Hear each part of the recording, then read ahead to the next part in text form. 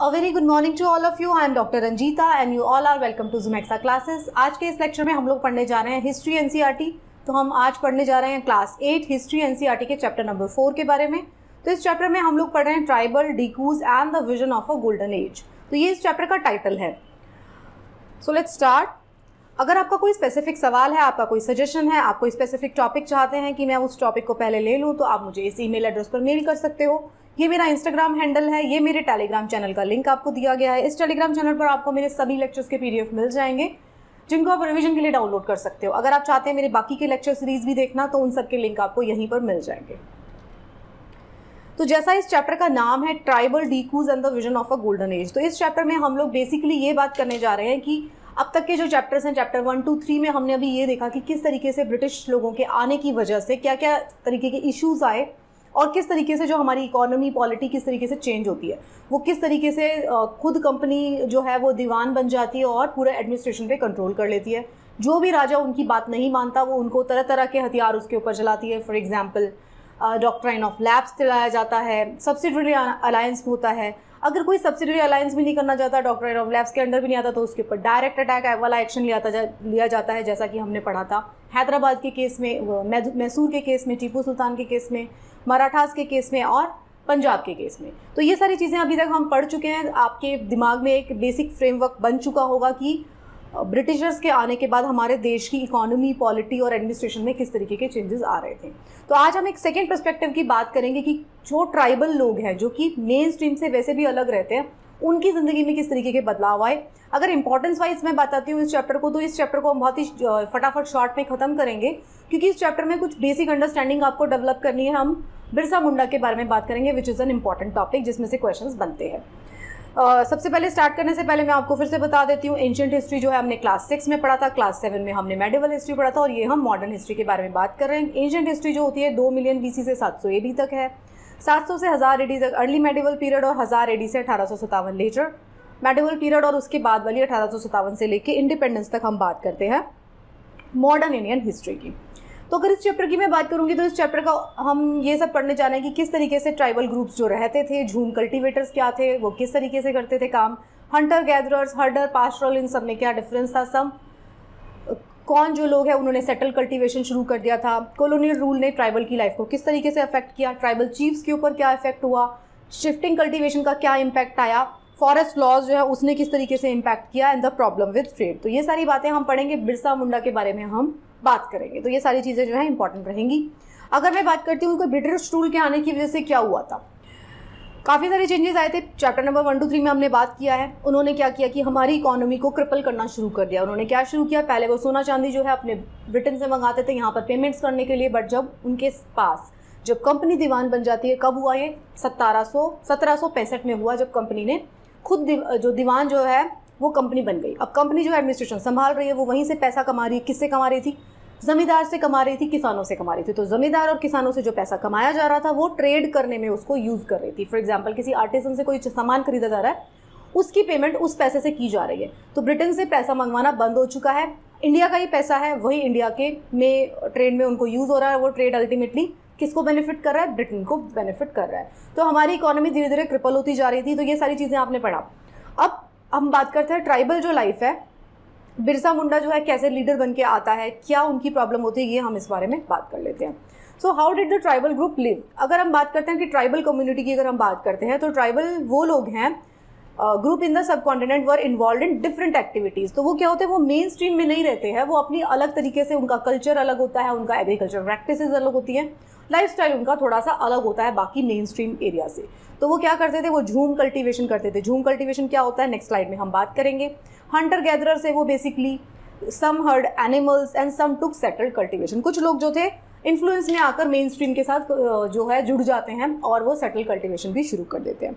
तो झूम कल्टीवेटर्स क्या होते हैं? तो झूम कल्टीवेटर्स जो होते हैं वो ट्राइबल कहाँ पे रहते थे? ट्राइबल जो है जंगलों में रहना पसंद करते हैं, वो मेन शहरों में रहना पसंद नहीं करते थे। अभी भी ऐसा ही होगा अगर आप ट्राइबल कम्युनिटीज़ को देखने की कोशिश करेंगे। ऑल दो अब हम जो है काफ़ी मॉडर्नाइज हो चुके हैं, तो इस वजह से ट्राइबल लोग भी बहुत मॉडर्नाइज हो गए हैं, लेकिन अभी भी आपको कुछ ऐसे ट्राइब्स मिलेंगे जो अभी भी प्रिमिटिव फॉर्म ऑफ एग्रीकल्चर को प्रैक्टिस कर रहे हैं। उनका लाइफस्टाइल भी वैसा है, उनकी भाषा भी अलग है। ओके, तो झूम कल्टीवेशन में क्या होता था? झूम कल्टीवेशन में देखिए, आप इस डायग्राम से समझ पाएंगे ये देखिए इसमें क्या होता है कि एक लैंड वाला एरिया होगा, उसको आग जला के काट के उसको साफ किया जाएगा, तो इसमें क्या है एग्रीकल्चर किया जाएगा।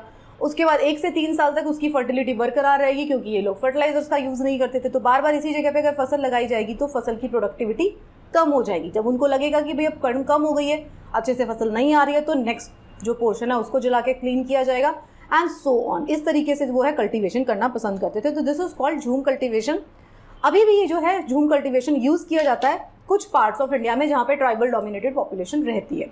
सो ये आप समझिए कि इस तरीके से झूम कल्टीवेशन यूज़ किया जाता है। झूम कल्टीवेशन का दूसरा नाम क्या है, शिफ्टिंग कल्टीवेशन, अगर हम उसको टेक्निकली समझने की कोशिश करते हैं। तो bewar is a term use for shifting cultivation in Madhya Pradesh. Jhum cultivation इसको नॉर्थ ईस्ट में बोला गया।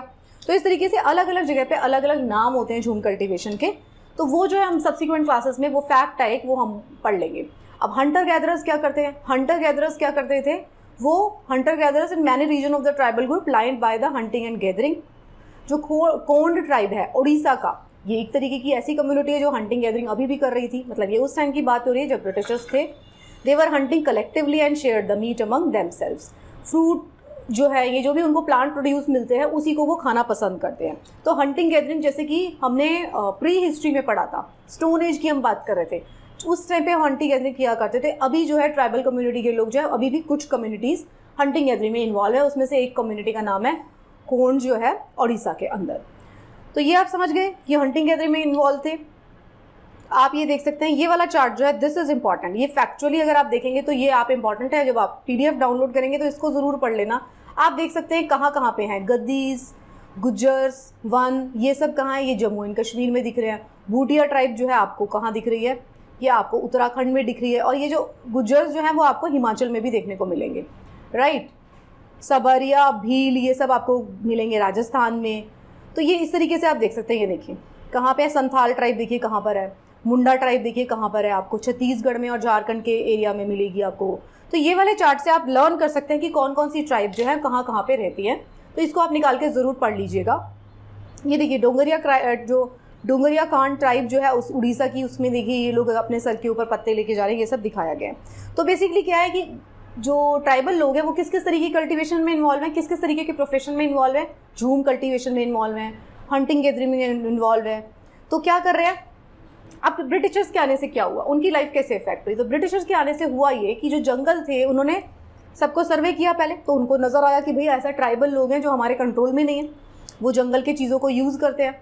तो धीरे धीरे जो है जंगलों का यूज़ होने लगा टिम्बर इंडस्ट्री के लिए और भी इंडस्ट्रीज़ लगाने के लिए। तो ट्राइबल लोग जो थे उनको जंगल कम पड़ने लग गया, मतलब उनका जो फॉरेस्ट प्रोड्यूस श्रैंक होने लग गया and tribes move to surrounding village in search of work. अब क्या होता है इस टाइम पर, ट्राइबल लोग जो है जंगल में से जो अपना गुजारा करते थे, तो उनके जंगल जब श्रिंक होना शुरू हो जाएंगे, जंगल को काट दिया जाएगा, तो उनको जो चीज़ें हैं जो वो खाना पीना उसमें से यूज़ करते थे वो उनको मिलना बंद हो जाएगा, जिसकी वजह से उनका मूवमेंट देखने को मिला विलेज की तरफ। देखिए इस चैप्टर में ऐसा कुछ भी नहीं है कुछ फैक्ट्स को के अलावा जिसमें कि आपको कोई नई बात समझनी हो, ये सारी बातें आप जानते हैं। बट स्टिल क्योंकि हमारा ये बेसिक कोर्स है, मैं चाहती हूँ कि सारे के सारे लोग जो प्रिपरेशन कर रहे हैं वो स्टार्टिंग से प्रिपरेशन कर रहे हैं, तो इसलिए मैं ये सारा चैप्टर भी पढ़ाऊंगी। जो भी चैप्टर्स आएंगे मैं सारे चैप्टर्स को लूँगी हिस्ट्री में।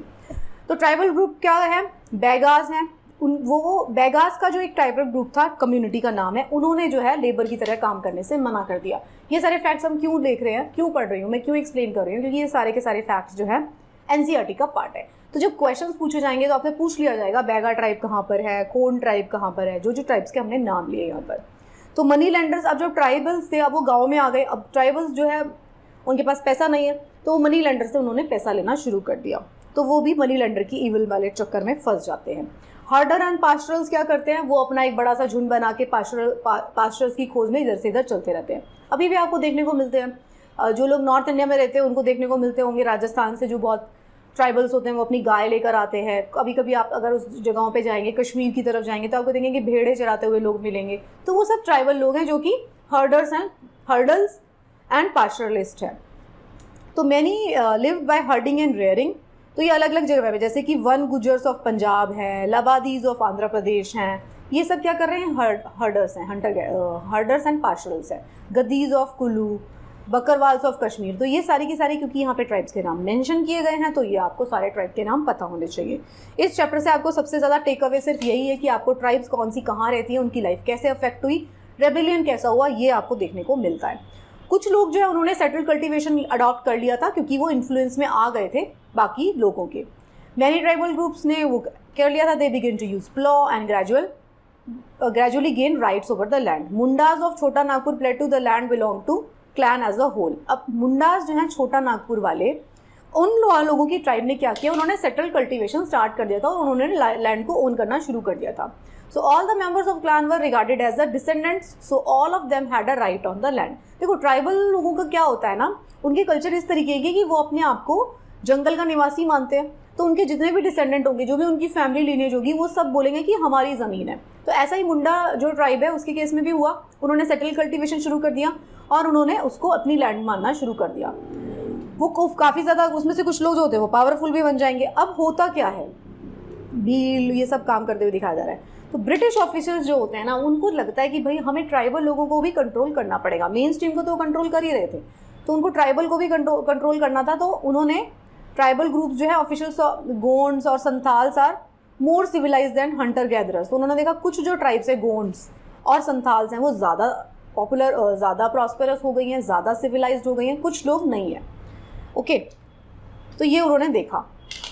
तो अब ये जो बात हो रही है सारी की सारी, क्या उनका अफेक्ट हो रहा है, ये सब किस किस लोगों पे अफेक्ट हो रहा है, अब हम इसके बारे में बात कर लेते हैं शॉर्ट में, क्योंकि ये एनसीईआरटी में दिया गया था। तो ट्राइबल चीफ्स के बारे में क्या हुआ, तो ट्राइबल चीफ जो थे उनके साथ में क्या हुआ, पहले जो ब्रिटिशर्स के आने से पहले वो पूरी ऑटोनॉमी इंजॉय करते थे। ट्राइबल चीफ है तो मतलब वही हेड है। अब क्या हुआ, अंग्रेज आ गए तो उन्होंने कहा भाई आपको भी हम अपने लॉज के अकॉर्डिंग आपको कंट्रोल करने की कोशिश करेंगे। तो जो ट्राइबल चीफ थे उनकी ऑटोनॉमी धीरे धीरे खत्म होने लग जाती है, उनकी अपनी पुलिस पावर, उनकी लीगल पावर, वो सब छिनना शुरू हो जाती है। तो ये जो है अपना बहुत सारा कंट्रोल को लॉस कर देते हैं tribal chief. Okay, shifting cultivation पे क्या होता है, शिफ्टिंग कल्टीवेशन जो है ब्रिटिशर्स को पसंद नहीं, क्योंकि लोग कहीं यहाँ रहते थे, एक साल बाद देखेंगे कहीं और चले गए, दूसरे साल देखेंगे कहीं और चले गए, तो इसकी वजह से उनको कंट्रोल करने में प्रॉब्लम होती थी। तो शिफ्टिंग कल्टीवेशन की जगह उन्होंने फोर्स किया ट्राइबल्स को कि आप जो है परमानेंट कल्टीवेशन जो है एक जगह पर सेटल हो जाइए। तो इसकी वजह से शिफ्टिंग एग्रीकल्चर पर भी काफ़ी फ़र्क पड़ता है।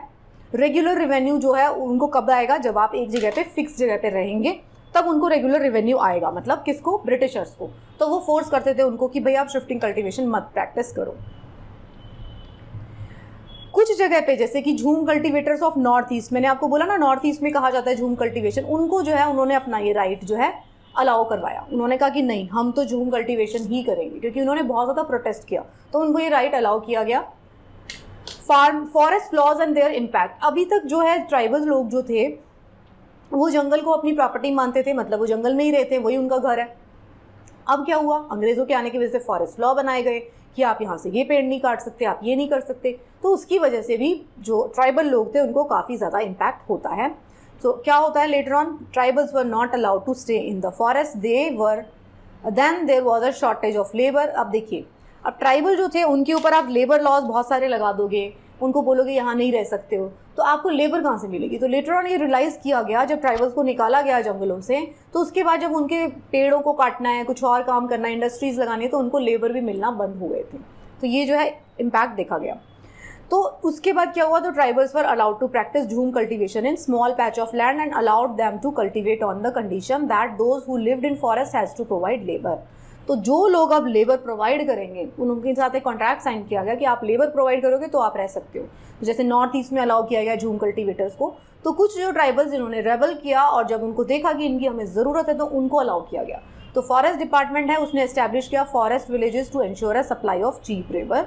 Many tribal groups reacted against the forest law. बहुत सारे रेबेलियन हमको देखने के लिए मिलते हैं, क्योंकि सबको ये पसंद नहीं आए, बहुत सारे स्ट्रिक्ट जो लॉज थे वो पसंद नहीं आए। तो हमें तरह तरह के रिवोल्ट देखने को मिलते हैं। संगमा इन 906 इन असम, फॉरेस्ट सत्याग्रह 1930 में हमको देखने को मिलता है। तो इस तरीके के बाद में लेटर ऑन ये हमें देखने को मिलता है। ये हम किसी एक पर्टिकुलर टाइम पीरियड की बात नहीं कर रहे हैं, ये हम पूरे टाइम पीरियड की बात कर रहे हैं, 200-300 साल की बात कर रहे हैं कि किस तरीके से ट्राइबल की जो वे ऑफ लिविंग था पूरा का पूरा ब्रिटिशर्स के आने की वजह से चेंज हो गया था। हम उसको पढ़ने की कोशिश कर रहे हैं। अब क्या हो रहा था, ट्रेड में क्या प्रॉब्लम आती, ट्राइबल्स जो थे क्या करते थे ट्राइबल्स, क्योंकि गाँव के अंदर रहते तो जंगल के अंदर रहते तो बहुत शरीफ लोग होंगे, तो लोग क्या करते थे उनके पास आते थे, थोड़ा बहुत उनको चीज़ें देते या पैसा देते थे, बार्टर करते थे या पैसा देते थे और उनसे उनकी चीज़ों को खरीद लेते थे। तो ट्राइबल जो लोग हैं उनको ये समझने में बहुत साल लग गए कि ये जो लोग हैं हमारी चीज़ों को बहुत सस्ते दामों पर ख़रीद के ले जाते हैं जो हमारे फॉरेस्ट के प्रोड्यूस हैं, और हमें उसके बदले में कुछ नहीं मिलता है। ये समझने में ट्राइबल्स को काफ़ी टाइम लग गया, और वो उनको समझ में आया सिल्क ट्रेड जो होता था, सिल्क बहुत सस्ते दामों पर ख़रीद लिया जाता था, उसका यूरोप में बहुत ज़्यादा डिमांड था, लेकिन ट्राइबल्स को इतना पैसा नहीं मिलता था। Hazaribagh of Jharkhand is a place where Santhal reared the cocoons. तो यहाँ से हज़ारीबाग वाली जगह से वो लोग सिल्क उगाया करते थे, बट इन रिटर्न उनको क्या मिलता था? इन रिटर्न उनको बहुत कम पैसा मिलता था। So tribal were paid only 3 to 4 rupees per 1000 rupees. तो वो जो है उसको एक्सपोर्ट कर दिया जाता था। तो बेसिकली क्या हो रहा है कि ट्राइबल्स को ये समझ में आया कि भाई हमारे को एक्सप्लॉइट किया जा रहा है, हमारे प्रोड्यूसर्स को लिया जा रहा है और उनको बहुत सस्ते दामों पर लेके बहुत महंगे दामों पर बेच दिया जा रहा है। इन सर्च फॉर वर्क, अब जो ट्राइबल है उसकी पूरी की पूरी लाइफ जो थी अफेक्ट हो चुकी थी, तो ट्राइबल्स ने जंगल को छोड़ना शुरू कर दिया और उन्होंने इन सर्च ऑफ वर्क वो गाँवों की तरफ, शहरों की तरफ पलायन करने लग गए।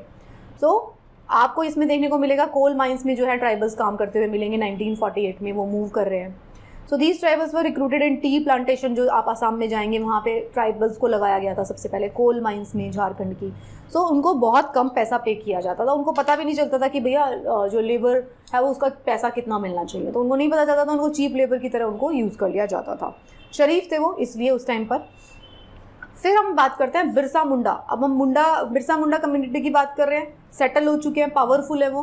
तो they were rebellion against the changes in law. तो जो लॉ के अंदर चेंजेस हुए थे, restriction on their practice and exploitation by trader, ये जो सारी चीज़ें थी जो अभी हमने पढ़ी इस चैप्टर में, उसकी वजह से जो है बहुत सारे हमको ग्रुप्स जो है वो रेबल करते हैं। कोल, संथाल्स, बस्तर रेबिलियन, वार्डी रिवोल्ट, ये सब आपको देखने को मिलेंगे अलग अलग टाइम पीरियड पे। ये बिरसा मुंडा का फोटो है, फाइल फोटो, आप इसको देख सकते हैं। बिरसा मुंडा जो है उनको भगवान माना जाता है, जो उनका एरिया है जहाँ पे वो रहते हैं, तो वहाँ के लोग जो है उनको भगवान मानते हैं, आज भी मानते हैं। बिरसा ने अपना एक मूवमेंट चलाया। Birsa was inspired with the thought of regaining their lost rights which was possible if everyone become Christian and gave up their habits. उन्होंने कहा, he was a learned person, तो उन्होंने कहा कि भैया तुम लोग जो है, सबको बताया कि भाई हम लोग जो है अपने ट्राइबल प्रैक्टिसेस करते रहते हैं, पढ़ते नहीं हैं, तो हमें जो है क्रिश्चियनिटी अडॉप्ट करना चाहिए और अपनी हैबिट्स को चेंज करना चाहिए। His movement aimed at reforming the tribal society. तो उसने क्या अर्ज किया? He urge Mundas to give up alcohol, छोड़ दो, विलेजेस को साफ रखो। अच्छी बात है कि उसने कहा कि भाई आप सिविलाइज हो जाओ। Birsa also turned against missionaries and Hindus landlords and saw them as an external force ruining Munda way of life. तो भाई मुंडा जो ट्राइब थी उसका जो वे ऑफ लिविंग था उसको ख़राब कर रहे थे। लेटर ऑन उसको समझ में आया मिशनरीज और हिंदू लैंडलॉर्ड जो थे उसको ख़राब कर रहे थे, तो उसने अपने फॉलोअर्स को कहा to recover the glorious past. He wanted people to once again win their land, settle down and cultivate their fields. तो उन्होंने लोगों से अर्ज किया था कि भाई इस पर आप काम करो। तो ये पूरा का पूरा एक रिवोल्ट के फॉर्म में चल रहा था। तो ब्रिटिशर्स जो थे उन्होंने देखा कि बिरसा जो है बहुत ज़्यादा पॉपुलर है, तो वो उससे डर गए थे। तो उन्होंने क्या किया, britisher officials worried about the Birsa movement for he wanted to drive out missionaries, money lenders, Hindu landlord and set up Munda Raj with Birsa at its head. With the spread of movement, Birsa was arrested. जब उन्होंने देखा कि भाई वो movement ज़्यादा बढ़ रहा है तो बिरसा को अरेस्ट कर लिया गया। जब बिरसा मुंडा को रिलीज़ किया गया तो उसने he urged them to destroy the Dikus and establish a kingdom. डिकूज उसने किसको कहा? आउटसाइडर्स को डिकूज कहा, मतलब कि जो लोग बाहर से आए थे, मतलब जो ब्रिटिशर्स थे। तो रिवोल्ट बहुत एग्रेसिवली चलता है। लेटर बिरसा की डेथ होती है कॉलरा से और मूवमेंट जो है फेड अवे हो जाता है। जो बिरसा मूवमेंट जो था वो फेड अवे हो जाता है। तो बेसिकली क्या था, बिरसा मुंडा जो है वो अपने ट्राइबल लोगों को कह रहे थे कि आप अपने अंदर रिफॉर्म करो, जो हमारा पुराना वे ऑफ लाइफ है उसको अडॉप्ट करो, गंदी जो बुरी आदतें हैं अल्कोहल वगैरह की उसको छोड़ दो। तो ये जो है ब्रिटिशर्स उससे डर गए थे, अरेस्ट भी किया गया था। उसके बाद जो है लेटर ऑन उनकी, क्योंकि देखो कॉलरा उस टाइम पे इतनी सारी मेडिसिन नहीं थी ना, कॉलरा से उनकी सिंपल डेथ हो जाती है। मतलब कॉलरा जिसमें आपको उल्टी दस्त, फूड पॉइजनिंग, हैजा जिसको बोला जाता है, उससे उनकी डेथ हो जाती है। मतलब दिस इज सो सैड। तो जो मूवमेंट थी किस तरीके से थी important, Birsa movement, it force the colonial government to introduce laws that could not be easily taken by dikus. It shows that tribal people protest against injustice and express their anger. तो उन्होंने देखा कि भाई ट्राइबल लोग भी आपको प्रोटेस्ट कर सकते हैं।